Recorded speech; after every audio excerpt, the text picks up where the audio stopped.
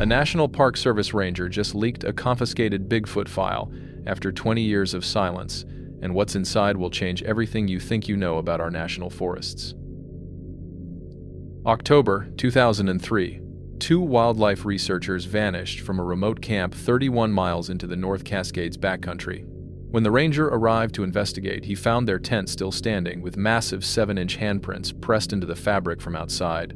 Inside, he discovered plaster casts of 17-inch bipedal tracks, audio recordings of something trying to unzip their tent in the darkness, and a field journal documenting 3 weeks of being systematically studied by an unknown primate. He collected everything, followed protocol, radioed it in. 2 men in civilian clothes met him at the trailhead, seized all the evidence, and the case vanished. When he pushed back, they threatened his pension and forced him into retirement. The official file was reported lost, but he kept copies, and now, dying with nothing left to lose, he's releasing everything. What happens when the evidence the government buried for 2 decades finally sees daylight? My name is Tom Garrison. I'm 68 years old, and I'm dying. The doctors at Providence Hospice here in Olympia gave me somewhere between 6 weeks and 3 months back in August. It's November now, so I guess I'm running on borrowed time. Pancreatic cancer, the kind that doesn't give you much warning before it takes everything. But that's not why I'm recording this. I spent 28 years with the National Park Service, most of it in the North Cascades. Started as a seasonal ranger in 1975, worked my way up to backcountry specialist by the 80s. My job was simple: hike into places most people will never see, check on permit holders, document wildlife activity, coordinate search and rescue operations when things went wrong. I was good at it. Thorough, the kind of ranger who filed reports other rangers used as examples. I'm telling you this because you need to understand I wasn't some conspiracy theorist or attention seeker. I was a bureaucrat with a badge and a love for mountains. I documented animal scat and trail erosion. I wrote incident reports in triplicate. I believed in protocols, in the chain of command, in doing things by the book. And that's exactly why what I'm about to tell you matters. There's a cardboard box in my garage, unmarked, sealed with packing tape that's gone yellow over the years.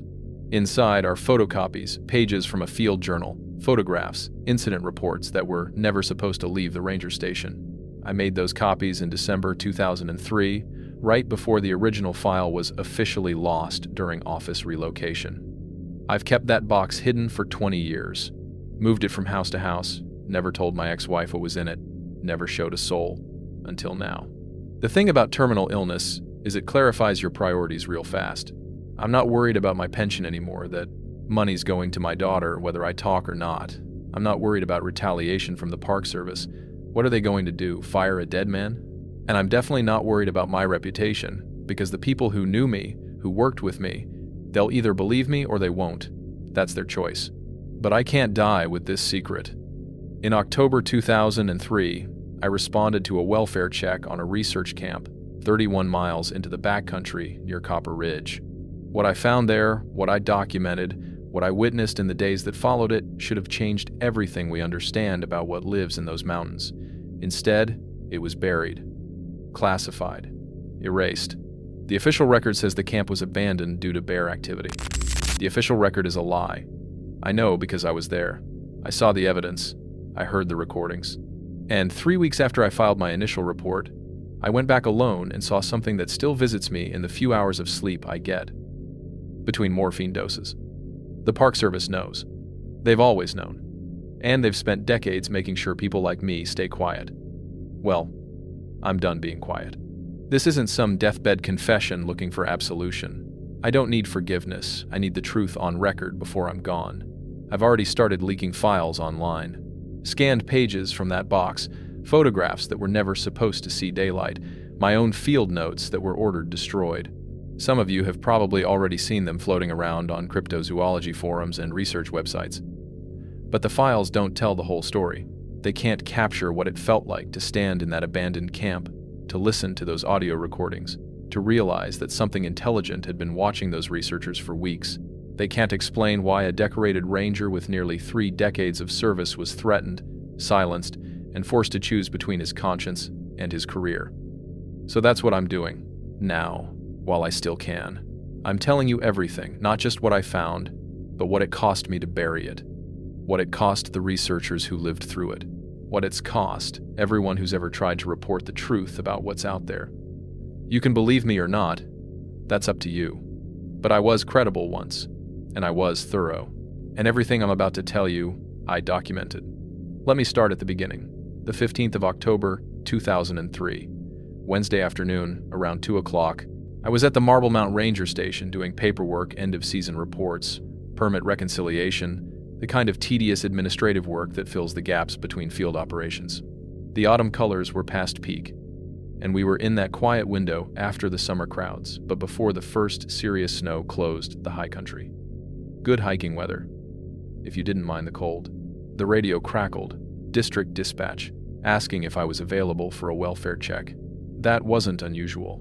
We had several permitted research camps operating in the backcountry that fall wildlife surveys, vegetation studies, the usual academic work that required someone competent to spend weeks in remote locations.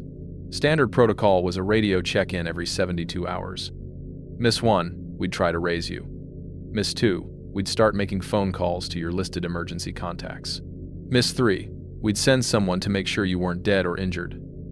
The Keller camp had missed 3 consecutive check-ins. I pulled the permit file. Dr. Raymond Keller, wildlife biologist out of Oregon State University. Authorized research period, September 1 through the 10th of November, 2003. Project: Elk Migration Corridor Analysis near Copper Ridge. 2 researchers on site, Keller and his daughter Claire, listed as a doctoral candidate and research assistant. Last successful radio contact, October 1-2 at 1,800 hours, 3 days of silence. I knew Ray Keller by reputation. Never met him personally, but I'd processed his permits before. 20-plus years of field research, published work on predator-prey dynamics, the kind of scientist who actually knew how to handle himself in the backcountry. His permit applications were always thorough, his check-ins always punctual. The fact that he'd gone dark for 3 days wasn't just unusual, it was wrong. I told dispatch I'd hike in first thing tomorrow, estimated 2 days to reach the site. They logged it and reminded me to radio when I arrived. Standard procedure. I went home that night and packed my field kit. Departmental camera, an Olympus 35mm that took decent enough photos for documentation. Motorola MT-2000 radio with extra batteries. Topographic maps of the Copper Ridge area, though I knew that drainage well enough to hike it in the dark. Evidence bags. Field notebook, headlamp, bear spray. The usual gear for a welfare check that would probably turn out to be nothing more serious than a dead radio battery. I started the hike at dawn on October 16. The trailhead was empty, too late in the season for casual day hikers, too early for the backcountry ski crowd. Just me and 31 miles of wilderness between the parking lot and the Keller camp coordinates. The first day was routine. Good weather, clear trail, my pack weight comfortable enough for a 5-8-year-old ranger who'd been doing this since before most of the seasonal staff were born. I made camp that night about 14 miles in, ate a freeze-dried meal I didn't taste, and tried not to think too hard about what I might find. Sometimes people just forget to check in. Sometimes radios malfunction. Sometimes researchers get so absorbed in their work they lose track of protocol. Sometimes, the second day, the unease started. I can't point to anything specific that triggered it. The weather was still good, cold, but dry. The trail was clear. No signs of unusual animal activity, no indication of any environmental crisis that would have forced an evacuation. But something felt off. The forest was too quiet. I've spent enough time in the backcountry to know that forests are never really silent. There's always sound if you listen: birds, squirrels, wind through the canopy, water moving somewhere nearby. But as I got within a few miles of the Keller camp coordinates, that ambient noise faded. Not gradually, but like someone had turned down the volume on the whole forest. No birds, no squirrel chatter, nothing. And there was a smell. Faint at first, just an occasional trace on the wind. Sour, organic, wrong. Not decomposition. I knew that smell too well from body recoveries. This was different. Musky, sharp, almost acrid. It came and went as I hiked, never strong enough to pinpoint a source. I reached the Keller camp in the early afternoon of October 18. The tent was still standing.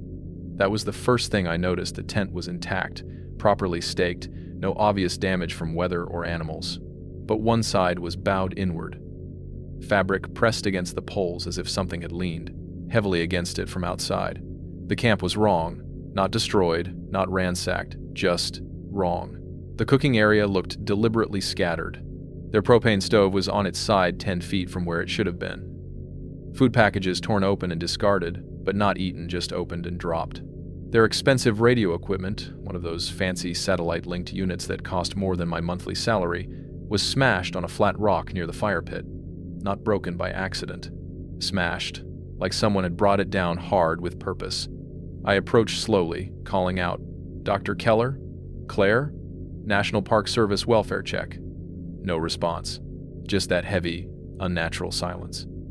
The forest held its breath while I documented what would become the most important and most suppressed case file of my career. I stood at the edge of the Keller camp for a full minute before I moved closer, letting my eyes sweep the site in a systematic grid pattern the way I'd been trained. Document first, disturb second. The afternoon light was already getting thin, maybe 3 hours, until dusk, at that elevation in mid-October. The tent drew my attention again. That inward bow on the western side. I circled around it, keeping my distance, and saw that the fabric wasn't torn or punctured, just pressed in, the way it would look if someone had leaned their full weight against it from outside. But the pressure point was high, maybe 6 feet up the tent wall. Too high for a person leaning. Too high for a bear. I started taking photographs. Wide shots first, establishing the overall scene. Then details. The scattered cooking gear. The overturned propane stove lying in the dirt 10 feet from the fire pit. A bag of instant oatmeal torn open. Contents spilled, but not eaten. A freeze-dried meal package ripped apart at the seams and discarded near the tent entrance. That wasn't animal feeding behavior. Bears tear into food and consume it. They don't open packages and drop them. The radio equipment caught my attention next. It was expensive gear, one of those satellite-linked units that cost $3,000 or $4,000. The kind of equipment university grants paid for, the kind researchers protected carefully. It was lying on a flat rock near the cold fire pit, and when I crouched down to examine it, I could see the casing was shattered. The LCD screen was spiderwebbed with cracks. The antenna was bent at a sharp angle. I photographed it from 3 angles, then carefully lifted it. The battery compartment was intact, batteries still inside. This hadn't failed mechanically. Someone or something had picked it up and brought it down hard against that rock. My hands were steady as I worked, but something cold was settling in my gut. I approached the tent entrance slowly. The zipper was closed, but not all the way. It was stuck about 3/4 up, as if someone had tried to zip it in a hurry and it had jammed. I called out again, more out of protocol than hope. National Park Service. Anyone inside? Silence. Just that oppressive, unnatural quiet that had been growing stronger as I approached the coordinates. I unzipped the tent fully and looked inside. Sleeping bags were rumpled but not shredded. Personal gear was scattered, a headlamp, some clothing, a field guide to Pacific Northwest fauna lying open and face down. No signs of violence inside the tent itself, but the disorder spoke to hasty departure. These were organized people, scientists, and they'd left their camp like they were running. Then, I saw the Polaroids. They were pinned to the tent's interior fabric with thumbtacks, maybe a dozen of them, arranged in a rough line along the western wall. The same wall that was bowed inward from outside. I pulled my camera up and photographed them in place before I touched anything. Then I carefully removed one to examine it closely. The image showed the tent fabric from inside, lit by what looked like headlamp light, and pressed. Against the fabric from outside, clearly visible as a dark impression, was the shape of a hand. Not a paw, a hand. 5 digits, clearly defined. But the scale was wrong. The palm was massive, maybe 7 inches across. The fingers were thick, long. I felt my mouth go dry. I removed another Polaroid. Same thing, another handprint, this one lower on the tent wall, slightly smaller. A third photo showed what looked like the same hand, but this time the fabric was stretched tighter, as if more pressure was being applied, as if whatever was outside had been testing the tent's resistance. I bagged all the photographs carefully, my training overriding the part of my brain that wanted to drop everything and hike the hell out of there. Outside again, I forced myself to keep documenting. The field journal was lying near the fire pit, partially open, some pages wrinkled from moisture. I photographed it in place, then carefully picked it up. The handwriting was precise, scientific doctor. Keller's, I assumed. The visible page was dated October 7 and contained notes about elk scat analysis and vegetation patterns, normal research observations. I'd bag it and read it more carefully later. Then I saw the tracks. They were in a muddy patch near the tent's perimeter, where runoff from the recent rain had pooled and then partially dried. I'd walked past them on my first circuit but hadn't registered what I was seeing. Now, looking directly at them, my brain struggled to process the information. They were footprints, bipedal. Approximately 17 inches long, I could tell just by visual estimate, though I'd measure precisely in a moment. 5 toes, clearly defined, with what looked like a pronounced arch. The depth of the impression suggested significant weight. Whatever made these tracks was heavy. And they circled the tent. A complete circuit, maybe 15 feet out from the tent perimeter, as if something had been walking around and around the camp, observing. I crouched down next to the clearest print and pulled out my field notebook and pen for scale. Photographed it from multiple angles. The toe definition was remarkable, not like a bear's rounded paw pads, but distinct digits. Almost human in structure, but far too large. My training said document everything. Protocol said collect what evidence I could, secure the site, report findings, and wait for further instructions. But something more primitive in my brain was saying, get out now. I spent the next 40 minutes working methodically. I found 3 plaster casts near the tent. The Kellers had documented the tracks themselves, made proper forensic impressions. I bagged those carefully. I found a Ziploc bag tucked inside a cookpot containing what looked like coarse black hair samples. Bagged it. Found 5 cassette tapes in a waterproof case near the tent entrance, each labeled with dates from late September through October 12. Those went into evidence bags too. Then I found the tree. It was maybe 30 yards from the tent, a mature cedar. And on the trunk, about 8 feet up, were scratches. Not claw marks, these were different. 4 parallel gouges, deep enough to expose fresh wood, running vertically down the bark. Each groove was about a 1/4 inch wide. The spacing suggested something with fingers, not claws. I photographed them, then stood with my back against the trunk, reaching up. Even on my tiptoes, I couldn't reach the top of the marks. Whatever made them had significant reach. The light was fading fast now, maybe an hour before full dark. I needed to radio this in, then get some distance between myself and this camp before nightfall. I keyed my radio, moving back toward the center of the camp where reception was clearer. Marble Mount, this is Garrison. Over. Static crackled for a moment. Then the dispatcher's voice came through. Go ahead, Garrison. I'm at the Keller research site. Camp is abandoned, researchers not present. I'm documenting. Evidence of possible wildlife encounter. Large tracks present, approximately 17 inches in length. Bipedal configuration. Radio equipment appears deliberately damaged. Over. A pause, longer than it should have been. Copy that, Garrison. Can you clarify track size? Over. 17 inches, 17 inches long. 5-toed impression with humanoid structure. I have plaster casts made by the researchers, plus photographic documentation. Over. Another pause. When the dispatcher came back, his tone had changed, more formal, careful. Roger, Garrison. Continue documentation and secure the site. Hike out at first light. A team will meet you at the trailhead. Do not attempt helicopter evacuation. Acknowledge. Over. I stared at the radio. No helicopter meant they wanted minimal attention on this. Meant I was hiking out with evidence bags on my back instead of having them airlifted. Acknowledged. We'll hike out tomorrow morning. Garrison out.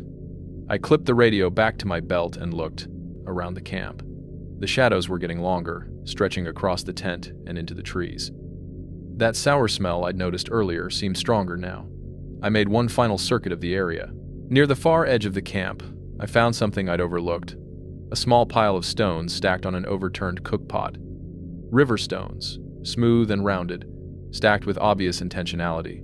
5 of them, balanced carefully, largest on bottom, smallest on top. I photographed it, then bagged the stones separately, noting their position in my field notebook. The light was failing fast. I had maybe 30 minutes before it would be too dark to safely navigate, and I wanted distance between myself and this site before I made camp. I did a final inventory of the evidence, the field journal, 3 plaster casts, the bag of hair samples, 5 cassette tapes, 12 Polaroid photographs, and the 5 stacked stones. Everything documented, photographed in place, properly bagged. I shouldered my pack heavier now and hiked a quarter-mile downslope. Found a small clearing with decent sight lines, far enough from the Keller camp that I could breathe again. I set up my tent quickly in the fading light. No fire, didn't want to draw attention. Just ate a cold meal, drank some water, tried to settle my nerves. The forest around me was still too quiet. No evening bird calls, no small animals rustling, just silence and the occasional whisper of wind through the canopy. I lay in my sleeping bag with my headlamp off, listening. My bear spray was clipped to the pack right next to my head. Standard precautions, I told myself. But I knew better. The hours crawled by. 9 p.m., 10 p.m., 11 p.m. I'd doze for a few minutes, then jerk awake, my heart hammering. Just after midnight, I heard them. 3 knocks. Deep, resonant, wood-on-wood sounds that echoed through the darkness. Not the random crack of a branch breaking. These were deliberate, rhythmic, purposeful. The first came from upslope, somewhere in the direction of the Keller camp. Then, maybe 30 seconds later, an answering knock from the west. Quarter-mile away, maybe less. Then a third, from the east. Same pattern, same resonance. I lay perfectly still, barely breathing, listening to something communicate across the mountain in a language I didn't understand. The knocking didn't repeat, just those 3 exchanges, and then silence again. But it was worse now, not the absence of sound, but the presence of something listening, waiting. I didn't move for the rest of the night, just lay there staring up at the dark fabric of my tent ceiling, my hand resting on the bear spray. Every few minutes I'd check my watch, counting down the hours until dawn. 4 a.m., 5 a.m., 6 a.m. When the first gray light finally started filtering through the trees, I'd never been so grateful to see morning. I packed up in 15 minutes, didn't bother with breakfast. Just wanted to get moving, get this evidence back to the district office. The hike out would take all day, about 16 miles back to the trailhead. I started walking as soon as there was enough light to see the trail, but I couldn't stop thinking about those knocks, the pattern of them, the way they'd surrounded my position, and I couldn't stop wondering what the Kellers had heard during their final nights at that camp, when something had been testing their tent from outside, learning how the zipper worked, leaving handprints on the fabric. The cassette tapes in my pack felt heavier than they should. I needed to listen to them, needed to know what was on those recordings, but not here, not alone on the trail. I'd wait until I had cell service, until I was closer to civilization, until I felt safe again. The forest stayed quiet the entire hike. No birds, no squirrels, nothing. Just me and whatever was watching from the trees. The forest stayed quiet the entire 16 miles back to the trailhead. No birds, no squirrels, nothing. Just me and whatever was watching from the trees. I made good time despite the lack of sleep, pushing harder than I normally would. The evidence bags in my pack felt significant in a way that made every step deliberate. Around mid-morning, maybe 6 miles into the hike, I stopped for water and pulled out the portable tape player I used for field notes. I had those 5 cassette tapes from the Keller camp, and I needed to know what was on them. I found a spot with decent sight lines and sat down with my headphones. The first tape was labeled Sept 18 to 22, Elk Observations. Dr. Raymond Keller's voice came through, calm and professional. Scientific observations about elk sign, vegetation patterns, camp setup. Claire's voice appeared occasionally, asking questions. They sounded normal, competent. I fast-forwarded through most of it until September 24, when Raymond's tone shifted. Unusual vocalization last night, around 0200 hours.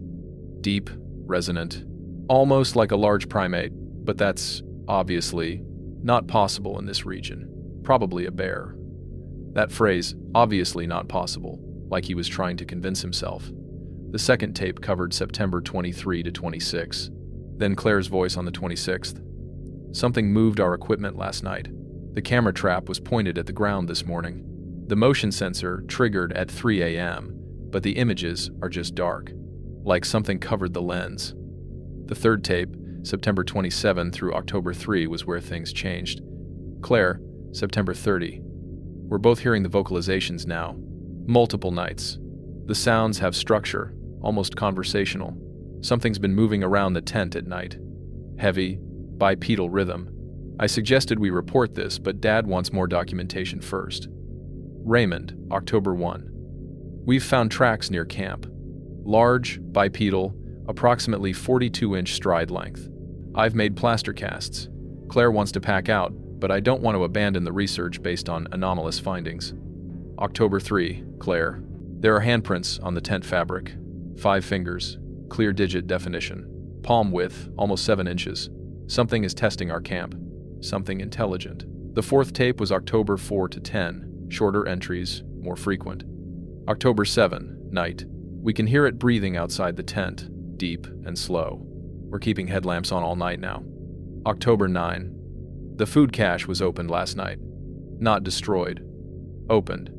The bear-proof container was lowered. The mechanism disengaged. Everything was examined and left scattered. This isn't bear behavior. This is tool use. Raymond, same day. What we're observing suggests the presence of a large bipedal primate. I know how that sounds, but I can't explain the evidence any other way. We're being studied by something that understands we don't belong here. The final tape was labeled Oct 12. I pressed play. 30 seconds of ambient sound.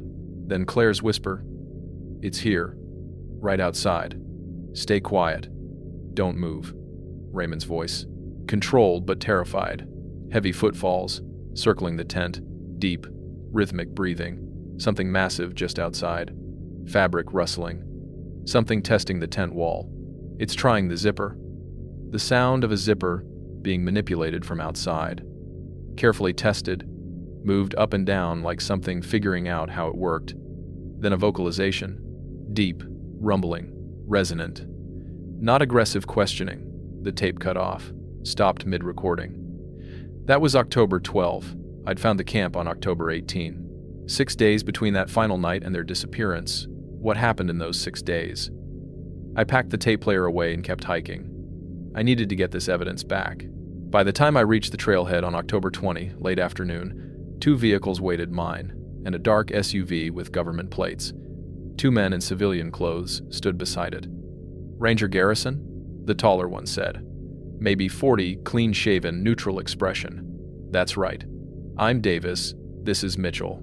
Resource Management Liaisons with the regional office. We're here to collect your evidence." I'd never heard of liaisons meeting rangers at trailheads.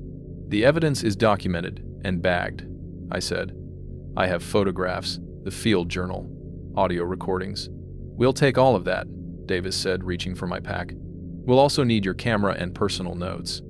Something in his tone made me hesitate. "I need to file my incident report first." "We'll file the report on your behalf. This requires immediate regional oversight." They took my pack, my camera, my field notebook. I stood there watching them load everything into their SUV. "The Kellers?" I asked. "Any word?" Davis looked at me. "They were located safe." "Go home, Garrison. This case is closed." They drove away. 3 weeks later, I learned the Kellers had been found disoriented near a logging road 40 miles west. They'd refused all interviews and left Washington State within a week.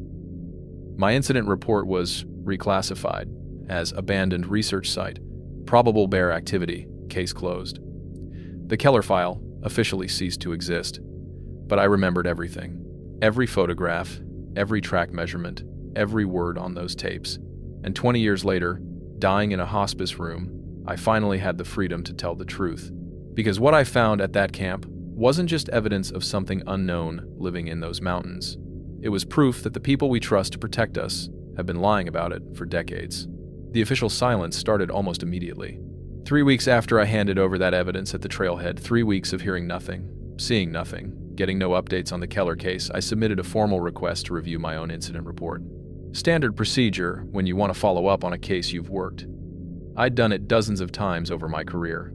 The response came back within 2 days. Materials currently in transit to Regional Wildlife Assessment Facility. Unavailable for review at this time. I'd never heard of a wildlife assessment facility, and I'd been with the Park Service for 28 years. I tried calling the district office, asking to speak with the supervisor who'd taken my initial radio report. The receptionist put me on hold for 10 minutes. then came back and told me he was unavailable and would return my call. He never did. I tried requesting information about the Kellers' condition, their location, whether they'd been interviewed. I was told that information was part of an ongoing assessment and couldn't be shared. Every door I tried to open closed before I could get through it. By mid-November 2003, I was starting to understand that I wasn't going to get answers through official channels. Whatever had happened at that camp, whatever I'd documented and collected, it had been absorbed into some bureaucratic black hole that I didn't have clearance to access.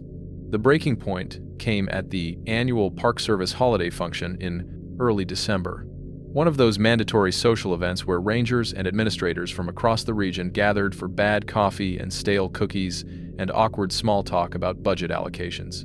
I was standing near the refreshment table when Dennis Voigt approached me. Dennis was a senior administrator, maybe 15 years older than me, someone I'd worked with on and off since the early 90s. We weren't friends exactly, but we had a professional respect. He'd always been fair, always backed his rangers when they needed it. He picked up a coffee cup, added cream, and stood beside me without making eye contact. "How's retirement planning going, Tom?" he asked. His voice was casual, but something in his tone wasn't. "Fine," I said. "Got another 6 months or so before I'm eligible for full pension." He nodded, stirring his coffee slowly. "That's good. That's real good. You've had a solid career. Be ashamed to complicate things at the end." I looked at him then. He still wasn't meeting my eyes. "What are you saying, Dennis?" He took a sip of his coffee, grimaced at the taste. "I'm saying sometimes cases don't go the way we expect. Sometimes investigations get reclassified. Sometimes evidence gets reinterpreted. The Keller case, he didn't confirm or deny it, just kept stirring his coffee even though there was nothing left to stir. I'm saying you did your job, Tom. You responded to the welfare check, you documented what you found, you followed protocol. And now the case is being handled at a level above both of us. Best thing you can do is let it go. Focus on that retirement. Focus on finishing strong. Let it go," I repeated. "Yeah." He finally looked at me then, and I saw something in his expression I hadn't expected. Not anger or authority, but something closer to concern. Maybe even fear. "Let this one go." "What if I can't?" Dennis set his coffee cup down on the table. "Then you're making a choice that's going to cost you more than you think." He walked away before I could respond, and I stood there in that overheated conference room surrounded by colleagues, feeling more alone than I had in that silent forest. That night, I started digging. I pulled old case files from my personal records, years of incident reports, welfare checks, search and rescue operations. I was looking for patterns, for mentions of similar incidents that might have been buried. And I found them. Not many, just scattered references. A 1,987 case in the same general area as the Keller camp, file notes indicating unusual animal activity, and site-restricted pending assessment. A 1,993 incident involving a solo hiker who reported threatening encounter with unknown animal, later reclassified as probable bear encounter, no action required. A 1,998 case that mentioned confiscated trail camera footage, no details about what was on the footage. I started pulling maps, marking locations. The incidents weren't random. They clustered in specific drainages, specific elevation ranges, and the Keller camp coordinates fell right in the middle of one of those clusters. Then, I noticed something else. The area around the Keller camp, a roughly 10-square-mile section of backcountry, had been quietly closed to overnight camping since the early 1992. Not officially, not with posted signs or public announcements. But when I checked the permit logs, there were no approved overnight stays in that area for over a decade. Someone had been managing access to that drainage for years, keeping people out without making it obvious they were keeping people out. And now I'd walked right into the middle of whatever they were hiding. I sat in my home office that night, surrounded by maps and files and incident reports, and realized I had a choice to make. I could do what Dennis suggested, let it go, focus on my retirement, take my pension, and walk away. Or I could keep pushing, keep asking questions, and risk everything I'd worked for. The smart choice was obvious. But I kept thinking about those audio recordings, about Claire's voice whispering, "It's trying the zipper," about Raymond's clinical observations giving way to fear, about something intelligent enough to untie a rope, smart enough to test a tent's defenses, curious enough to study the researchers like they'd been studying the elk. Something was out there, something real, and the Park Service knew about it. 2 days later, I made my decision. I was going back to that camp. I took personal leave starting the 3rd of December 2003. Told my supervisor I needed time to deal with some family matters before the holidays. He approved it without question, probably relieved I wasn't making noise about the Keller case anymore. I went back alone. It was a stupid decision in a lot of ways. Solo winter hiking into remote backcountry, no backup, no official notification of my route. If something happened to me out there, it could be days before anyone realized I was missing, weeks before they found me, if they ever did. But I needed to see that site again. Needed to document it myself with my own camera, creating evidence that couldn't be confiscated by men in civilian clothes at a trailhead. The weather was colder this time, December instead of October, snow starting to accumulate at higher elevations. I made the hike in a day and a half, pushing hard, camping one night about 10 miles from the coordinates. The forest was different in winter, quieter, but naturally so. The kind of silence that comes from snow muffling sound, from animals denning up or migrating south. Not the unnatural silence I'd felt before. I reached the Keller campsite on the afternoon of December 5, and immediately saw that someone had been there. The camp was gone. Not abandoned, dismantled. The tent was gone, the fire ring completely scattered. Even the small cleared area where the Kellers had set up their sleeping space had been covered over with forest debris. If I hadn't known exactly where to look, I would have walked right past it. Someone had erased the site. Thoroughly. I spent an hour searching the immediate area, looking for anything the Kellers might have left behind, any trace of what I'd documented 6 weeks earlier. Found nothing. Not a tent stake, not a food wrapper, not a single piece of evidence that anyone had ever camped there. But I wasn't ready to give up. I started hiking a wider perimeter, moving upslope from where the camp had been, looking for anything unusual. The snow was patchy at this elevation, covering some areas, melted off others where the sun hit directly. It made tracking difficult, but it also meant that any recent disturbance would show clearly. About 200 yards upslope from the campsite, I found it. A structure. I'm not talking about a random pile of deadfall or branches knocked down by wind. This was deliberate construction. A lean-to arrangement made from broken branches and moss-covered logs, all roughly the same length, propped against a large boulder to create a sheltered space underneath. The opening faced downslope toward where the Keller camp had been. The structure was massive. The sheltered space underneath was easily 8 feet across and maybe 6 feet deep, large enough for something huge to crouch beneath, protected from rain and snow and wind.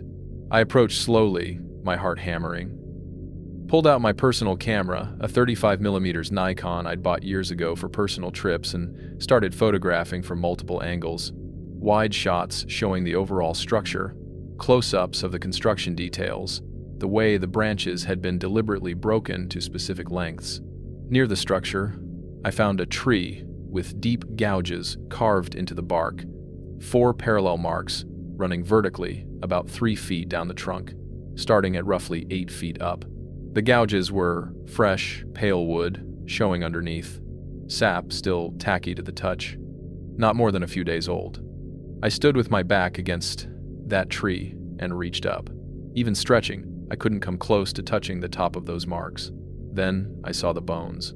They were scattered beneath the tree, partially covered by snow and fallen needles. Elk bones, based on the size. But they weren't scattered randomly the way scavengers leave them. They were cracked open, split lengthwise in clean breaks that exposed the marrow cavities inside. I'd seen plenty of animal kills in my career. I knew what bear predation looked like, what cougar kills looked like, what wolves did to their prey. This was different.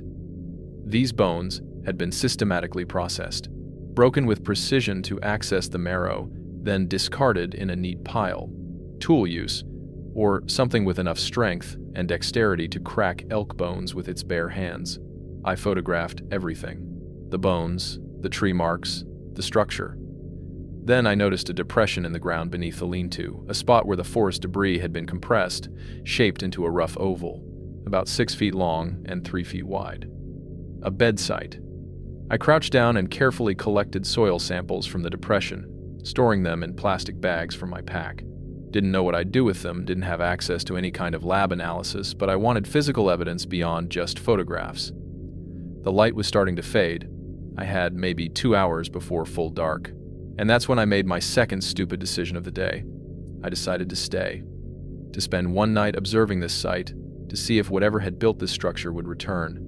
I found a position about 50 yards downslope from the lean-to, tucked behind a fallen log with decent sight lines and critically downwind of the structure.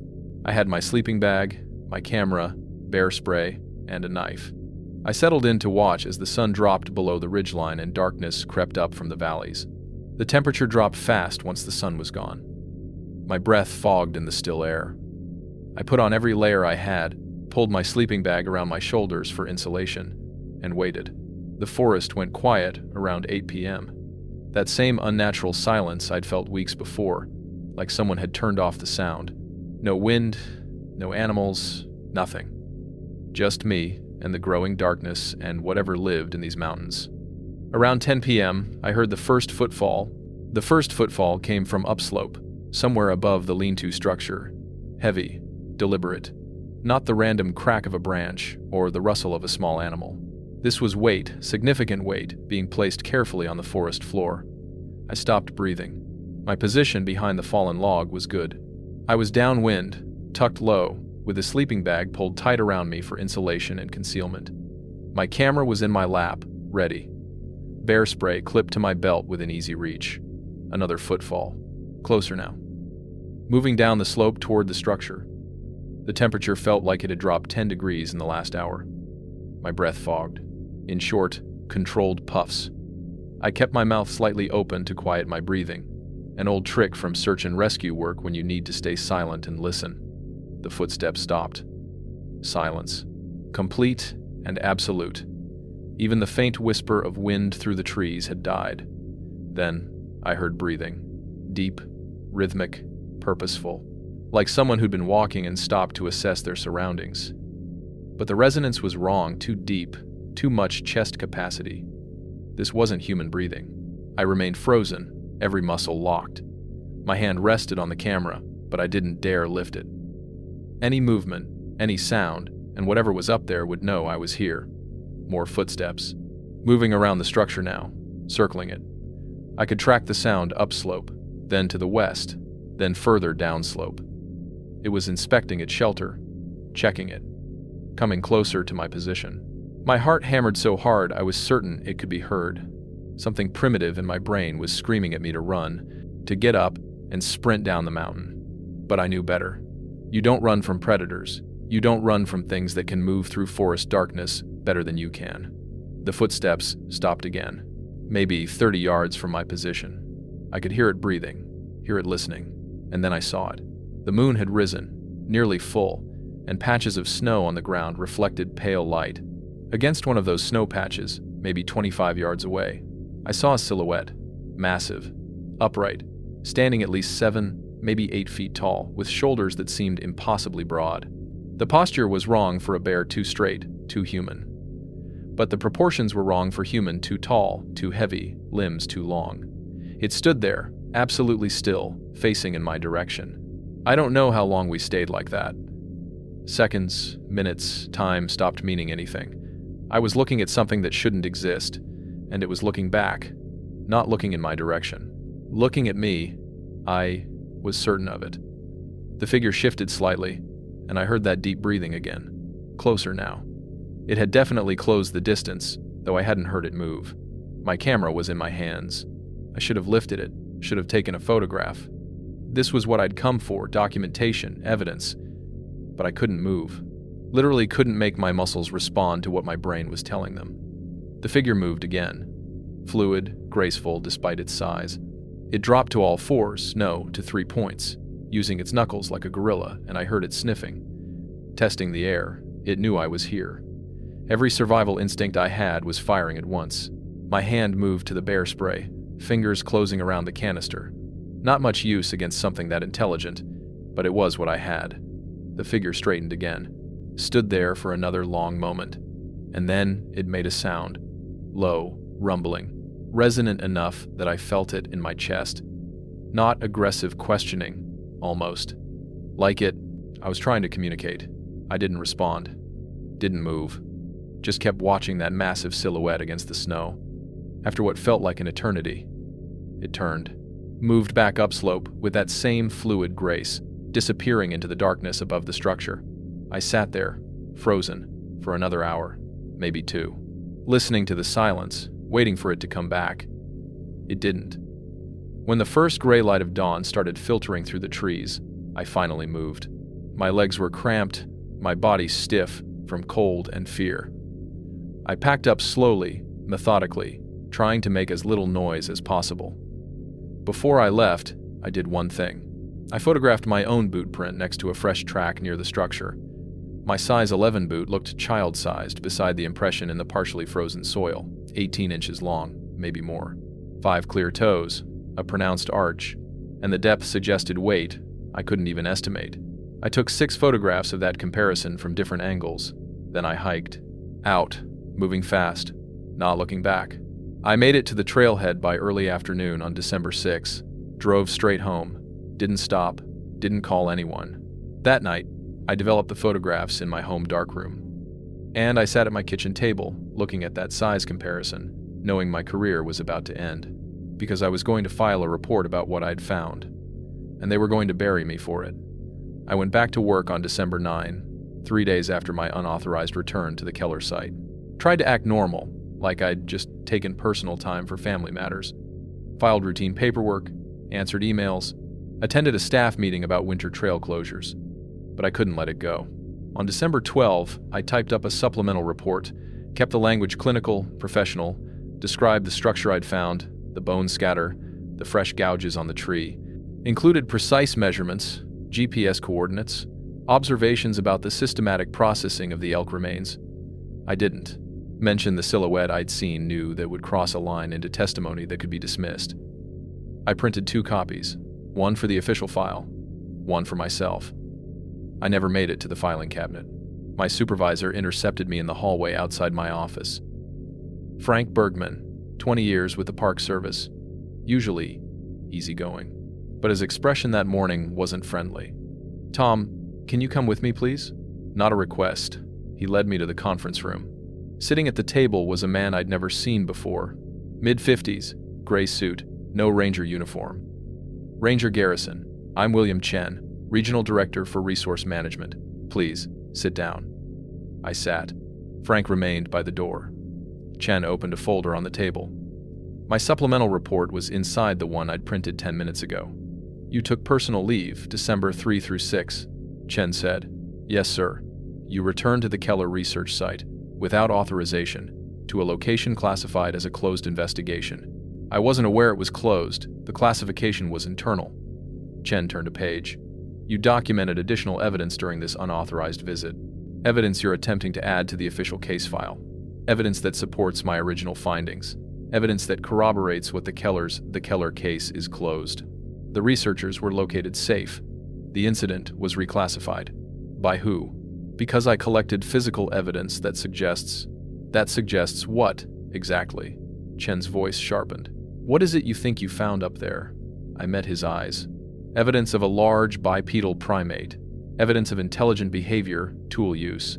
Evidence that something unknown is living in those mountains." Silence. Chen closed the folder slowly. "Ranger Garrison, you've had a distinguished career. 28 years of exemplary service. It would be unfortunate to see that career end on concerning notes. Concerning. You've been under significant stress. The unusual findings. The pressure of end-of-career transitions. It's not uncommon for experienced personnel to experience judgment issues during high-stress periods. Judgment issues. Your unauthorized return to a closed site.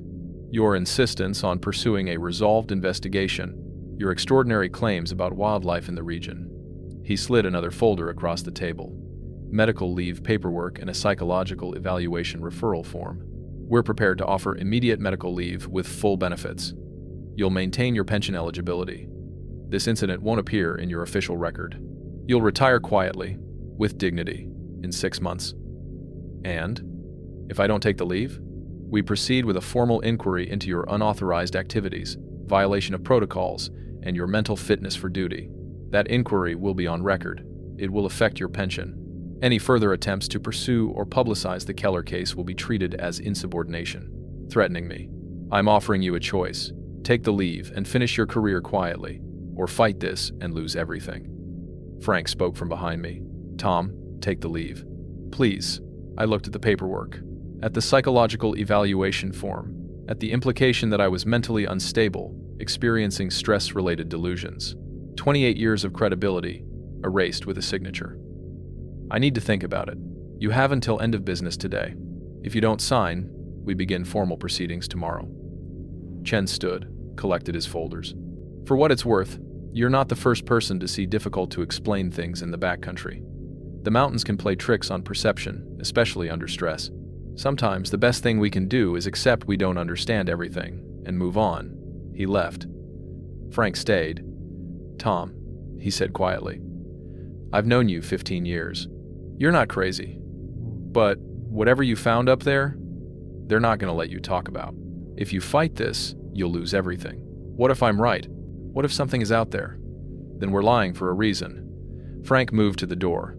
Sign the papers. Go home. Forget about the Keller case. He left me alone with the choice that would define the next 2 decades. I signed the papers. But before I left the building, I made photocopies of everything. My supplemental report, my photographs from December, my field notes. I took them home and put them in a cardboard box in my garage. In early 2004, the official Keller file was reported lost during office relocation. I started medical leave in January.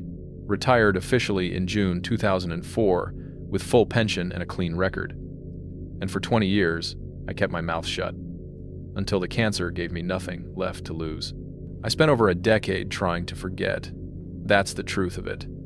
I retired in June 2004, moved to a smaller house in Olympia, tried to build a normal life, took up woodworking, went fishing, visited my daughter in Portland a few times a year. I told myself I'd made the right choice, kept my pension, kept my reputation, avoided a fight I couldn't win. But the Keller case never left me. I'd be in the hardware store picking up sandpaper and I'd think about those handprints on the tent fabric. I'd be watching the evening news and see a story about new species discoveries and wonder why the Park Service was so determined to bury evidence of one. I'd wake up at 3 a.m. and remember that silhouette against the snow, the way it moved, the deep rumbling vocalization that resonated in my chest. I kept the cardboard box in my garage. Never looked at it. Never threw it away. The breaking point came in 2015. There was a Park Service reunion in Seattle, retired rangers from across the region, one of those social events where old colleagues swap stories and pretend they missed the bureaucracy. I almost didn't go. But my ex-wife had been after me about getting out more, and I figured it couldn't hurt. I was standing at the bar, nursing a beer and half listening to someone's story about a problem bear in the San Juans, when a guy I vaguely recognized sat down next to me. Tom Garrison, right? Olympic National Forest, retired 2006. You worked North Cascades? That's right. He was maybe 60, weathered face, the look of someone who'd spent decades in the backcountry. Heard you had some interesting cases up there. I tensed. Nothing too unusual. Yeah, he took a long drink. Me neither. The way he said it made me look at him more carefully. We moved to a quieter corner. He needed a few more drinks before he'd talk, but eventually the story came out. Olympic Peninsula. He'd been investigating a series of incidents near a remote trail-damaged equipment. Frightened hikers. Reports of something large moving through the forest at night. He'd found tracks. 18 inches long, bipedal, 5 clear toes. He'd set up trail cameras. Got 3 images, he said, his voice low, clear, as day. Something massive, upright, covered in dark hair, gorilla-like, but wrong proportions. Too tall, arms too long. And the face. He shook his head. Almost human, but not. What happened to the images? 2 guys showed up at the ranger station. Civilian clothes, federal IDs I didn't recognize. They took the cameras, took my documentation, told me the area was being reclassified for spotted owl habitat protection. Told me if I discussed what I'd seen, I'd face federal charges for interfering with endangered species research. He finished his drink. The whole thing disappeared. No official report. No follow-up, nothing. They made it go away. When was this? October 1998. 15 years before my case. Same pattern, same institutional response. "You ever try to follow up?" I asked. "Once. Got called into a meeting with regional administration. They suggested I was experiencing stress-related perception issues, offered me early retirement with full benefits if I dropped it." He looked at me. "Sound familiar?" I didn't answer. "There are others," he said. "I've talked to maybe 4, 5 other rangers over the years, all with similar stories, all told to shut up or lose everything, all with evidence that vanished." He pulled out a pen, wrote something on a napkin. "You ever want to compare notes? Here's my email. But be careful. They're still watching for this stuff." He left, and I sat there with that napkin in my hand, understanding for the first time that the Keller case wasn't an isolated incident. It was part of something bigger, a pattern of suppression that went back decades. I started reaching out quietly, found the guys he'd mentioned, and a few others. A Forest Service ranger from eastern Washington who'd documented structures in 1987. A wildlife biologist from Oregon who'd been fired after reporting unusual primate vocalizations in 2002. A SAR coordinator who'd found tracks during a recovery operation in 2006. All of them had been silenced. All of them had lost evidence. All of them had been threatened with career destruction if they kept pushing. We didn't have proof anymore that had all been confiscated or lost, but we had consistent testimony, consistent patterns of behavior, and the growing understanding that federal land management agencies had protocols in place for dealing with reports of an unclassified primate in the Pacific Northwest. In 2019, I finally opened that cardboard box in my garage. I spent 6 months carefully scanning and digitizing everything. The photographs I'd taken in December 2003, my field notes, my supplemental report, the few pages of the Keller Field Journal I'd managed to photocopy before the evidence was seized. I didn't know what I was going to do with it. Just knew I couldn't let it disappear completely. Then, in August 2023, I got my cancer diagnosis, pancreatic, stage 4. 6 months, maybe less, and suddenly, I didn't have anything left to lose. I created a secure email account, started contacting Bigfoot research organizations, cryptozoology forums, independent journalists, started leaking the Keller file piece by piece, because after 20 years of silence, I was finally ready to tell the truth. Even if nobody believed me, even if it didn't change anything, at least the truth would be on record. I'm back in my hospice room now, November 2023. The morphine pump clicks every few hours, keeping the pain manageable. My daughter visits twice a week, brings flowers I can barely smell anymore, sits quietly while I drift in and out of sleep. She doesn't know I've been leaking classified files online. Probably better that way. Since August, I've sent scanned documents to 17 different organizations, Bigfoot research groups, cryptozoology forums, a few independent journalists who cover fringe topics. Some ignored me, some asked for more evidence. A few published what I sent, usually with heavy disclaimers about unverified claims and anonymous sources. But the core material is out there now. The Keller file, my photographs, my testimony. Today, I want to share what was in Dr. Raymond Keller's field journal. I managed to photocopy 7 pages before it was seized, not the whole journal, but enough to understand what they experienced during those 3 weeks in the backcountry. The earliest entry I have is dated the 22nd of September, 2003. Day 4 of observations. Elk sign abundant in the primary corridor. Claire has deployed 6 camera traps along the migration route. Weather holding clear and cold. Possible grizzly activity, noted large scat sample collected near camp perimeter appears fresh. Will monitor closely. Standard field observations. Clinical, professional, nothing unusual yet. September 26. Unusual incident last night.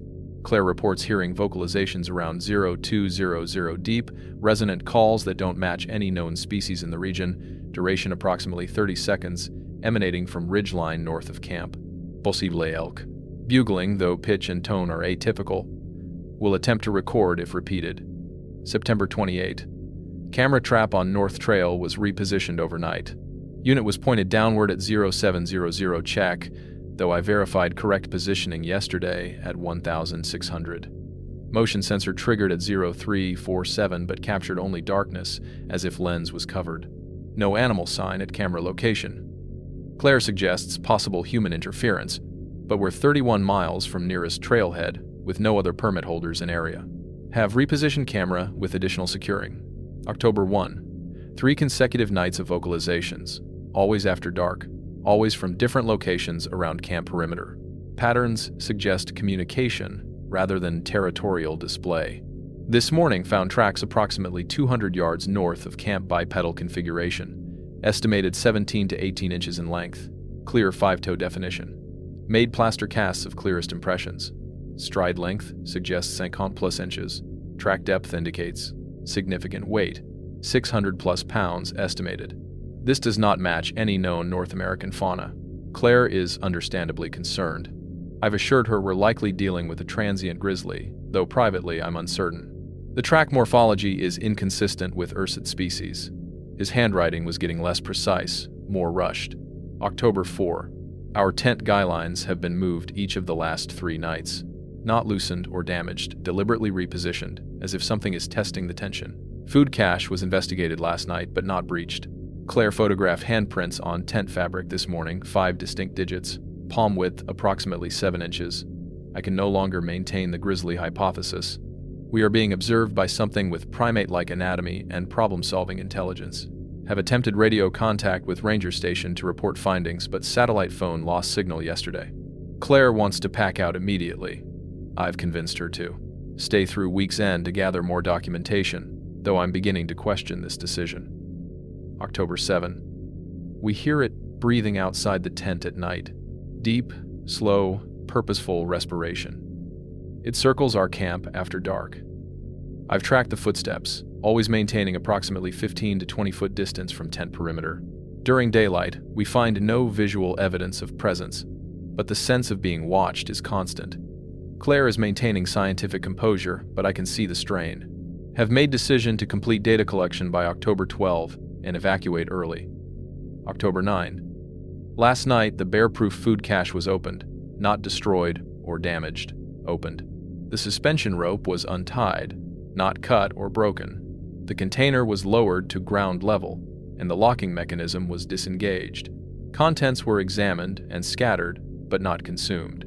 Several items were carefully unwrapped, as if the wrapper itself was being studied. This represents tool use and abstract, problem-solving at a level inconsistent with any known North American species except humans. I can no longer classify this as possible grizzly activity. We are documenting an unclassified primate. Claire and I have discussed implications if we report this finding. Our professional credibility will be questioned. If we don't report it, we're failing our scientific obligation. Have decided to complete documentation and present full findings to University Review Board upon return. The final entry I have is October 12. The handwriting is shaky, rushed. We are leaving at first light. Last night, it approached the tent directly. We heard it testing the fabric, manipulating the zipper from outside. Claire photographed massive wet handprints on her sleeping bag. It reached inside while we slept. The tent was unzipped from the exterior. We did not unzip it. This morning found carefully arranged stack of river stones on our overturned cookpot, 5 stones, balanced with obvious intentionality. Don't know if this represents communication attempt, territorial warning, or something else. No longer concerned with professional reputation, concerned with safety. Whatever is observing us understands we are vulnerable. It has demonstrated capability to access our shelter. We are packing essential gear and evacuating immediately. That's where the journal entries I have end. 3 days later, I found their abandoned camp. The journal entries tell part of the story. But I also have photographs. Not the original Polaroids the Kellers took, those were confiscated with everything else at the trailhead. But I have the photographs I took of those Polaroids while I was documenting the abandoned camp, and I have my own photographs from my December return to the site. Let me describe what the evidence actually shows. The tent handprints. The Kellers had pinned maybe a dozen Polaroids to the interior tent wall, documenting the impressions left on the fabric from outside. The clearest image shows a palm print with 5 distinct finger marks radiating from it. I measured the Polaroid against my own hand for scale before it was confiscated. The palm width was approximately 7 inches. My palm measures 3.5 inches across. The fingers showed clear articulation, not paw pads, not claws, but digit impressions with what appeared to be dermal ridges. Like a fingerprint, but massive. The pressure pattern suggested the hand had been pressing against the tent fabric, testing it, perhaps trying to understand what it was. The track casts. The Kellers had made 3 plaster casts before they evacuated. I photographed all 3. The clearest showed a complete foot impression, 17 inches from heel to longest toe, with 5 distinct toes arranged in a pattern similar to human foot structure. But the proportions were wrong. The toes were longer, thicker, the arch was more pronounced, and the overall width suggested something that could support massive weight. I'd seen thousands of animal tracks in my career: bear, cougar, elk, deer, wolf. I'd seen human tracks in every size and condition. These didn't match anything in my experience. The toe spread was too wide for boots. The depth was too great for human weight, and there were no claw marks, just clear toe pads, like a primate's foot. My own December photographs showed similar tracks in the snow and frozen soil. I'd taken 6 photographs of my size 11 boot print next to one of the fresh impressions near the structure. The comparison was striking. My boot looked child-sized beside the 18-inch track. When I measured the depth of both impressions, mine pressed about half an inch into the partially frozen soil. The larger track went down nearly 2 inches, suggesting weight I estimated between 600 and 800 pounds based on soil compression. The structure photographs. I took 17 photos of the lean-to. I found 200 yards upslope from the Keller camp. Wide shots showing the overall construction.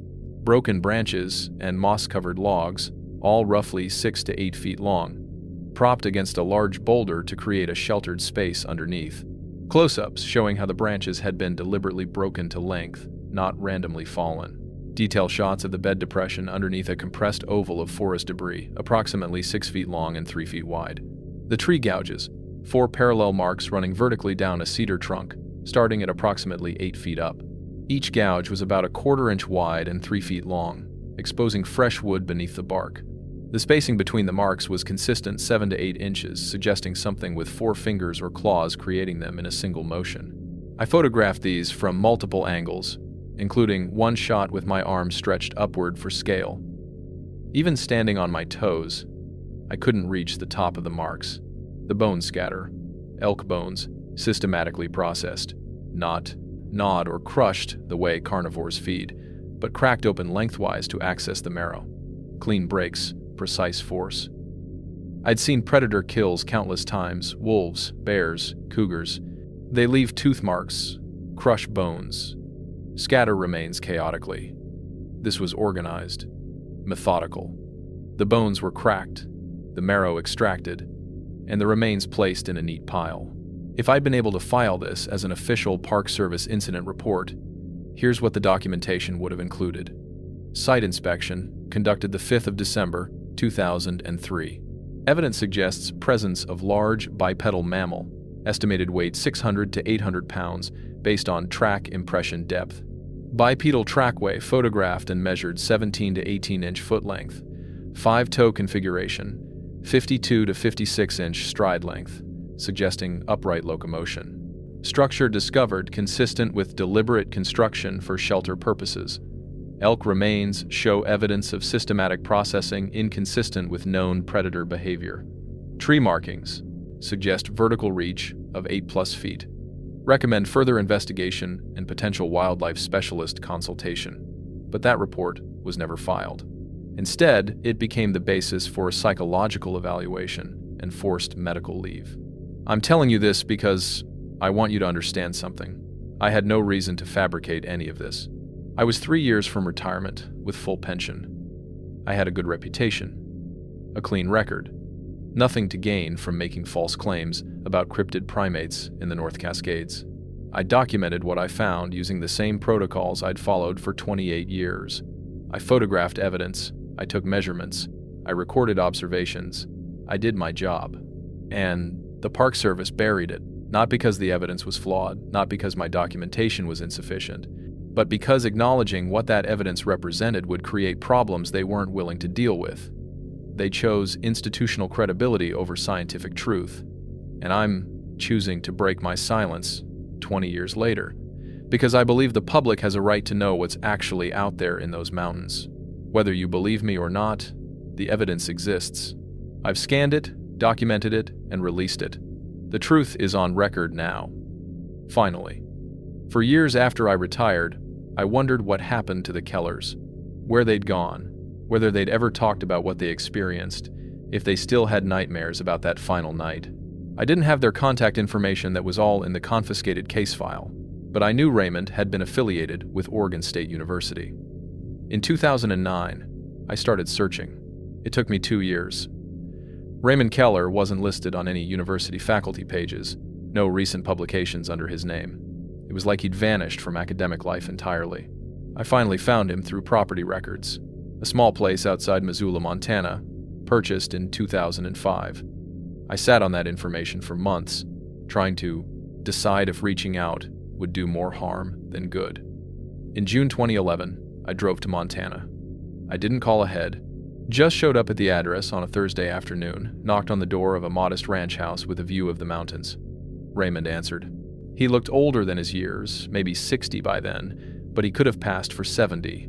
Gray hair, weathered face, the kind of exhaustion that comes from years of not sleeping well. He recognized me immediately. Ranger Garrison. His voice was flat. Just tired. Dr. Keller, I'm sorry to show up unannounced. I wanted to talk about October 2003. He stood in the doorway for a long moment. Finally, I have nothing to say about that. I need to know what happened, the full story, what actually happened. Why? So you can file another report that disappears? I lost my career over this. I already lost mine, I said. They forced me into medical retirement 6 months after I investigated your camp. I just want to know the truth. Something in his expression shifted. You can stand on the porch. I'm not inviting you inside, and I'm not being recorded. No recording. He sat on a wooden bench. I remained standing.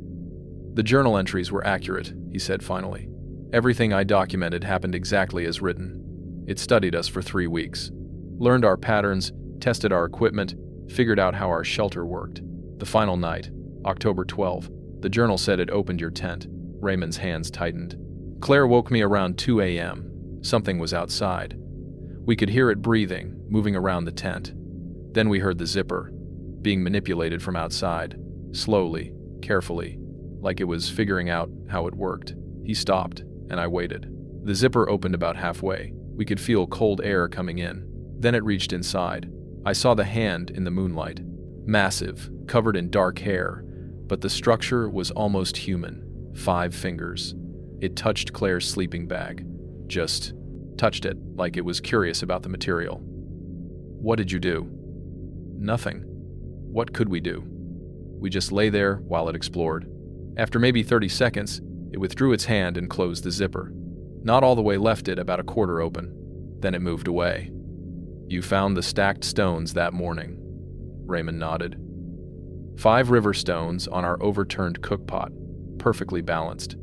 Obviously deliberate. I don't know what it meant, a message, a gift, a warning, but it was intentional communication. Why didn't you report it? The real story? He laughed, bitter. We tried. Within a week, federal officials visited us and made it very clear that discussing what we'd experienced would have serious consequences.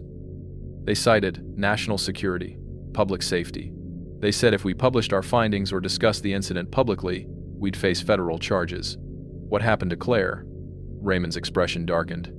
Complete breakdown. 3 months of psychiatric care. She still can't talk about it. Won't talk about it. She's rebuilt her life, changed her name, moved to the East Coast. She wants nothing to do with wildlife biology, nothing to do with the Pacific Northwest. I'm sorry, we saw something we weren't supposed to see. Something that's been living in those mountains for how long? Centuries? Longer? And there's an entire institutional apparatus designed to keep it hidden, to discredit anyone who reports it. He stood up. That's all I'm going to tell you. Don't come back here. Don't contact me again. And if you're smart, you'll stop digging into this before it destroys what's left of your life. One more question. That last morning, why do you think it let you leave? Raymond looked at me for a long moment. Because it was done studying us. It had learned what it wanted to learn. And honestly, I think it showed us mercy. It could have killed us any time during those 3 weeks, could have torn through that tent. But it chose not to. We weren't meant to see it, but once we did, I think it decided to let us go. He went inside and closed the door. I drove back to Washington, knowing I'd never speak to him again. But I finally understood. Something ancient, something intelligent, something that knows we're there, and chooses, most of the time, to remain hidden. That detail about the stacked stones, Raymond never told the authorities about that. He told me it happened the morning they evacuated after that final night. He said he didn't include it in his journal because he didn't know how to interpret it scientifically. A gift, a warning, communication. Or maybe just proof that we're not the only intelligent species in these mountains. We're just the only ones who think we are. I started leaking the Keller file in August 2023, right after my diagnosis. Posted scanned documents to forums, emailed journalists, sent files to research organizations. Expected maybe a few hundred people would see it, then it would disappear into the noise of the internet. I was wrong. Within 2 weeks, my inbox was flooded. Hundreds of messages. Some from researchers thanking me for coming forward. Some from people claiming their own encounters. Some from skeptics calling me a fraud. But the ones that mattered most were from other rangers. 12 retired Forest Service and Park Service personnel contacted me privately within the first month, all with similar stories, all suppressed. A ranger from Gifford Pinchot who documented unusual structures in 1992. A wildlife technician from Mount Baker Snoqualmie who'd collected hair samples in 1999 that were confiscated before analysis. A SAR coordinator from Olympic who'd found tracks during a recovery operation in 2004. Every single one had been threatened, silenced, or forced out. One wrote, "I've kept quiet for 16 years. Thought I was the only one. Thank you for having the courage to speak." Another, "They took everything. My evidence, my credibility, my career. But they couldn't take what I saw with my own eyes." The pattern was consistent across all the reports. Remote locations, bipedal tracks, evidence of intelligence and tool use, systematic observation of human activity, and then the institutional response, reclassification, confiscation, career threats. We weren't dealing with isolated incidents. We were dealing with a coordinated suppression effort that had been running for at least 40 years. Then, in late September, I received a different kind of message.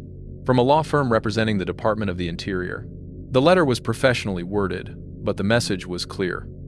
I was in possession of proprietary investigative materials that were classified under federal land management protocols. Distribution of these materials constituted a breach of my retirement agreement and could result in legal action, including recovery of pension benefits paid since 2004. I read it twice, sitting in my hospice bed with the morphine pump clicking beside me, and started laughing. What were they going to do? Sue a dying man? Garnish the pension of someone who wouldn't live long enough to spend it? Take me to court while I was receiving palliative care?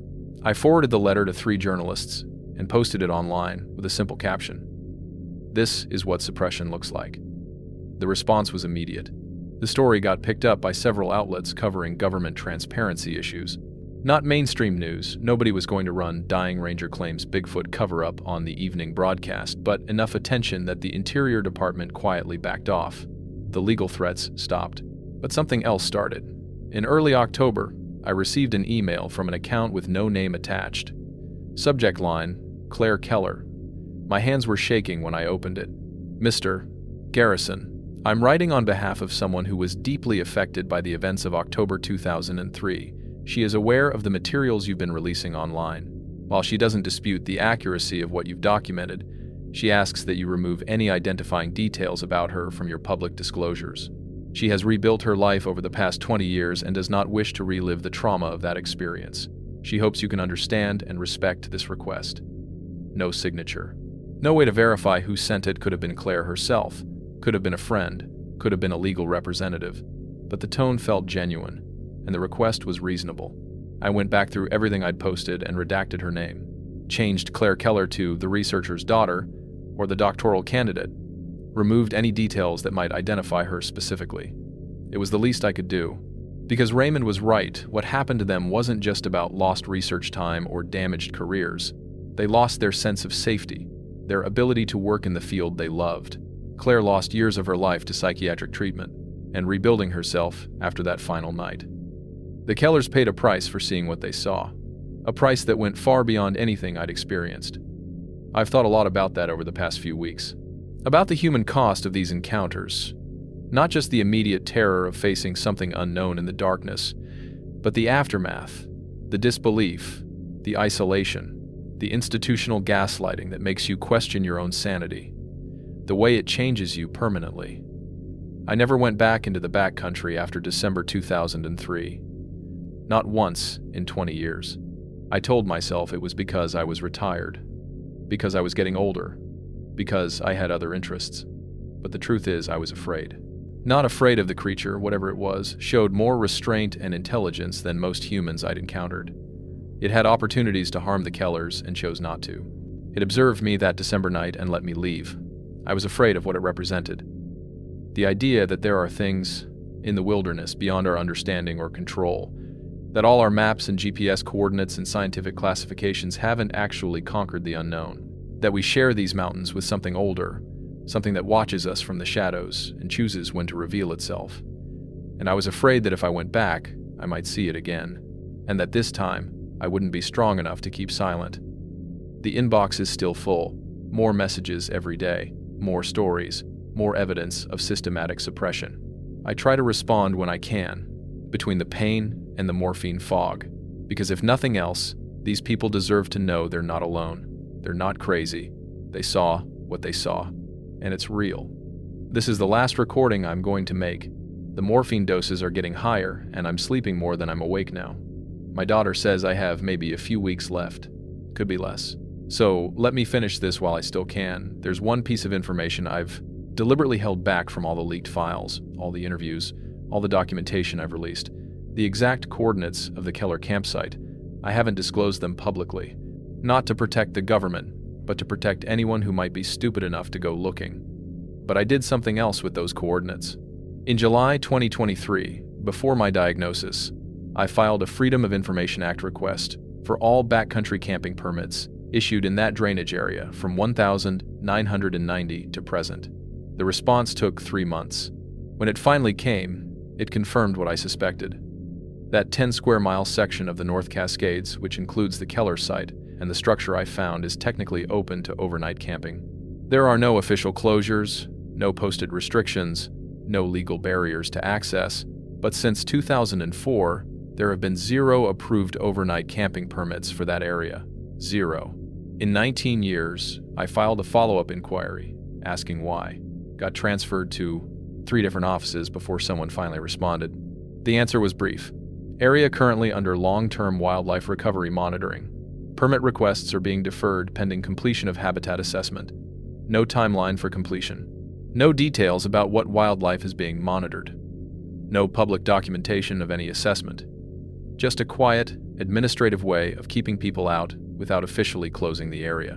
When I pushed further, asked what specific wildlife prompted the closure, I got a call from a district ranger I'd never met. Young guy, probably wasn't even born when I was investigating the Keller case. He was polite, but firm. Mr. Garrison, I understand you're interested in the permit status of that drainage. I can tell you that the area is undergoing sensitive ecological monitoring that requires minimal human disturbance. The timeline for reopening is indefinite. That's all the information I'm authorized to provide. What are you monitoring? I'm not authorized to discuss specifics. Because it doesn't exist, or because you've been told not to talk about it. Silence on the line. Then, Mr. Garrison, I've been advised that you're a retired ranger with a complicated history regarding certain backcountry investigations. I'm going to recommend you direct any further inquiries through official channels. He hung up. So here's what I know. 20 years after the Keller incident, something lives in those mountains. Something large, bipedal, intelligent enough to study humans, communicate through deliberate actions, and choose whether or not to reveal itself. I saw it. The Kellers documented it. At least a dozen other rangers have encountered evidence of it over the past 4 decades. And the federal land management agencies, Park Service, Forest Service, possibly others, have a protocol for suppressing that evidence. They confiscate documentation, they threaten careers, they reclassify incidents, and they quietly manage access to areas where encounters are most likely. I don't know why they suppress it. I can think of 2 possibilities. First, they know it exists, and they're protecting it, keeping people away from its habitat, preventing encounters that could lead to panic or violence, maintaining its existence as an open secret among those with clearance. Maybe they think public acknowledgement would lead to treasure hunters, cryptozoology tourists, and trigger-happy locals flooding into the backcountry. Maybe they're right. Second, they're protecting themselves, protecting the institutional credibility of agencies that have claimed for decades to have comprehensive knowledge of wildlife in federal lands. Admitting an unclassified primate exists, one that's been documented but never officially acknowledged, would raise uncomfortable questions about competence, transparency, and what else they might be hiding. I don't know which is true, and I'll die without knowing. But I'm going to leave you with this. If you hike the North Cascades backcountry, or any remote wilderness in the Pacific Northwest, pay attention. If you find yourself in a place where the forest goes unnaturally silent, not peaceful quiet, but wrong quiet, trust that instinct. If you catch a sour musk on the wind that doesn't match any animal you know, take note. If you feel watched by something just beyond the tree line, something that moves when you're not looking, something that observes without revealing itself, believe that feeling. Document what you can. Photograph tracks, record sounds, note locations and times. But be prepared for that evidence to disappear if you report it officially. Be prepared for skepticism, ridicule, and institutional pressure to recant. And if you're deep in the backcountry at night, and you hear something heavy moving through the darkness with a bipedal gait, something that stops and listens, when you stop and listen, don't assume you're alone just because you can't see it. We share these mountains with something older than our maps and trail systems. Something that was here long before the Park Service drew boundaries and designated wilderness areas. Something intelligent enough to avoid us when it chooses, and curious enough to observe us when it doesn't.